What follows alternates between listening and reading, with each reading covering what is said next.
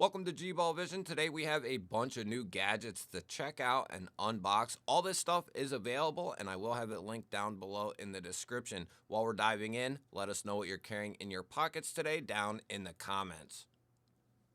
So I have quite the spread for you today, and I think we'll kick it off here with these two knives coming in from Reich. Big shout out to them for sending these in to let us check them out. Now, this is actually a second run of these knives right here. The original run sold out very, very quickly. Now, this is definitely more in the collector side of things or the enthusiast side of things. As you can see, these are going to be quite loud in regards to a pocket knife. Now we have a blue titanium handle here with a bunch of milling done. Now this is a full integral titanium handle, which means this is one piece of titanium that has been cut and formed into a knife handle and then constructed to be a pocket knife. So very impressive machine work from Katuo, as always. Now we are going to be looking at a faux dagger. That means this has a single edge here. It looks like it has a double edge, but that is not going to be sharpened there. And we are looking at M390 for our steel choice on here. So as you could probably guess, these are going to be pretty pricey. And if you're not familiar, titanium and M390 are both very, very expensive materials. Now, they have quite the selection of these knives over there. I want to say maybe 6 or 8 different variations that you can pick from and all kinds of different colors. And it's pretty impressive that they were able to get the titanium this color and this finish on a couple of these, because titanium's not the easiest material to anodize or get color out of. Now, these are actually a pendant here. It's a pocket knife, but it is a pendant, and that is why they send the chain along with these. Now, you're not going to be able to just flip this open because it is a pendant. So they don't want it to be able to just open up while you're wearing this. So you have to hit the button here and then flick it out and let off the button, and that will lock this thing in. So if you try to flick it without pushing the button, it's not going to work. You want to push in the little button, flick it open, and it is going to be most certainly a collector or enthusiast type of piece. But if you're looking for something interesting and something that is unique, definitely check out Reich and Katuo's website. They have some of the best quality, best machining when it comes to their knives, when it comes to their lighters. I have a lighter here from Katuo that's a collaboration, but it just is a very good indicator of what they're capable of and how much they care about their products. They're putting out some of the coolest items that I have ever seen or ever handled. This titanium pen is from Katuo. I mean, just look at the machining. This is titanium, and they do really good. They really do great work there. Let's go to this Otical brass hex bit driver here. This is a new product for them, and by the time you're seeing this video, these will be available. They were waiting for these to come in, I believe, over the holidays, but they have quite a few new products that are coming that they are just waiting for at this point. Little lanyard there. And what this is going to be just an everyday carry bit driver that is going to have a little bit of character to it, right? You have that spot for the lanyard here, or you can put it on a keychain, whatever you want. Very nice machining, as always, from Olight, O-Knife, Otical. So it seems like they have changed their name, basically. But you have a place for 2 bits in there Now, I don't know. So they went 6 and 8, it looks like. Did they go 6 and 8? Oh, they went, what is that? No, so they put 2 oddball bits in there, which isn't the end of the world. You can get these bits really cheap, but I was hoping they did a 6, 8, 10, and 12. Maybe it's not as common to get those types of bits. I don't see them a ton, but you can replace those with, you know, your own 6 and 8 micro bit or 8 and 10, whichever you prefer. I typically roll with a 6 and 8 because those are the most common pocket clip or scale or pivot. Obviously, there are knives out there with 10 and 15 and so on, but most commonly it's going to be an 8. You could go 8 and 10, but up to you. Really nice little machine here, though, or gadget, I should say. The door stays on there kind of like a detent system. So you have a nice close there. It's not just going to fall open there. They mill that out so you can get in there and open it up. You can feel it open up and close. It's got a nice little click. Very nice machining from Otical there. That'll be a nice addition to the Reich. Those cicada knives are pretty beautiful, I would say, just kind of looking down at them. So we have the next item here, and this is coming in from Flashlight Go. And if you're not familiar with Flashlight Go, they are a retailer online, and they cover all kinds of different stuff. They have diving lights, bike lights, lanterns, headlamps, tactical, EDC lights, everything that you could think of. And I do have a coupon code for my viewers down there if you are interested or looking for one of those types of items. Now, what we have here, I believe this is an EDC light. Now, I could be wrong. We're going to find out here together. But this is called the Emolent BL70. And let's see here. Very nice packaging. There we go. Very nice. Look at that.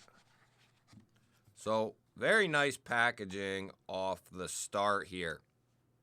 We have our sleeve and then a magnetic box. And then inside here, we have our flashlight. Interesting. Look at that. Ooh, okay. We got a lot going on here. Remove before use. Okay. So this is like a charging, wow. This is like a charging bay for, no kidding. Wrong way. So you can, that's magnetized on there as well. Very cool. So you pull that thing out. So this is USB-C right here. I wonder if that's an in and out. We'll have to look at that to see if that's an in and out or if it's just a in. Because if that's an out as well, that will be very nice. So how do we... I think this is just a rechargeable, so it says unlock. Oh. 1, 2, 3.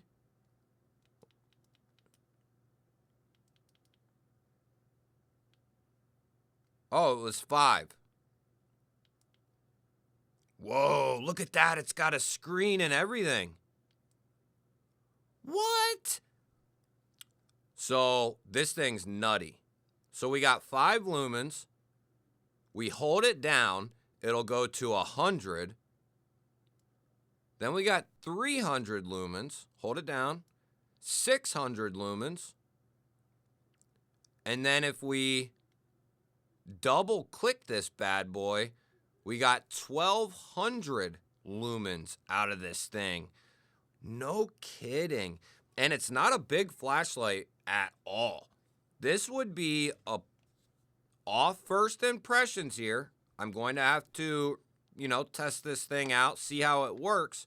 But this would be a perfect pack light right here.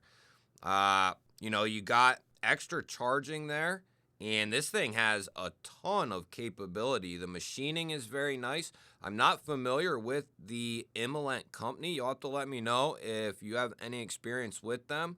But apparently they make some high quality flashlights according to Flashlight Go, and who I talk with over there. They seemed pretty impressed by this company and this flashlight. So I was interested in checking this thing out. It is definitely a different style of flashlight there. So according to the website, this case is capable of input and output. So that's a game changer for me, in my opinion.